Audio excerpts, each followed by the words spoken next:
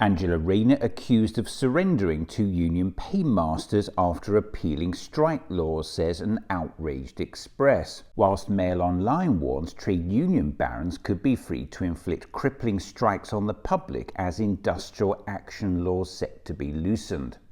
Deputy Prime Minister Angela Rayner and Business Secretary Jonathan Reynolds have told Whitehall departments to begin work on repealing minimum service laws introduced by Rishi Sunak.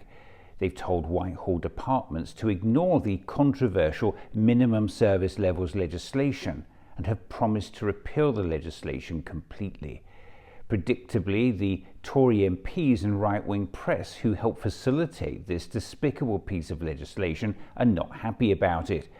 Conservative MPs have taken to X to express their outrage with comments like this from Shadow Environment Secretary Steve Barclay. Minimum service level legislation wasn't designed to block unions striking, but to keep people safe during strikes. Similar rules apply in other countries. Labour are prioritising their union paymasters over the public again.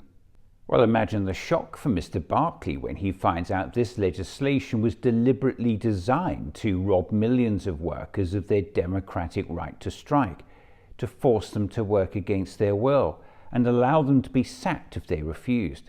And as for this, similar rules apply in other countries. Just complete bollocks. It was an argument shamelessly used by former Prime Minister Rishi Sunak to justify the most vile legislation to force nurses, teachers, rail workers and many others to work against their will and allow them to be sacked if they refuse. They're present in France, in Italy, in Spain. It was a statement the former Prime Minister made in Parliament many times.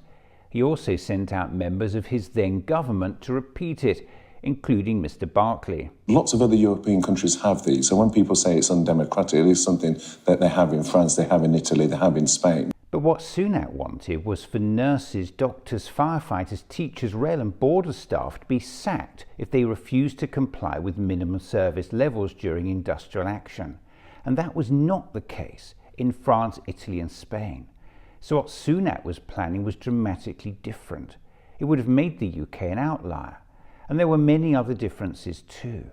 And that wasn't all. The Joint Committee on Human Rights had found the government's anti-strike legislation failed to meet the UK's human rights obligations.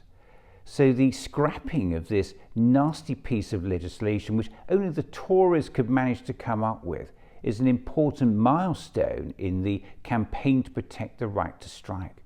A promise fulfilled by the new Labour government, and something we can all applaud.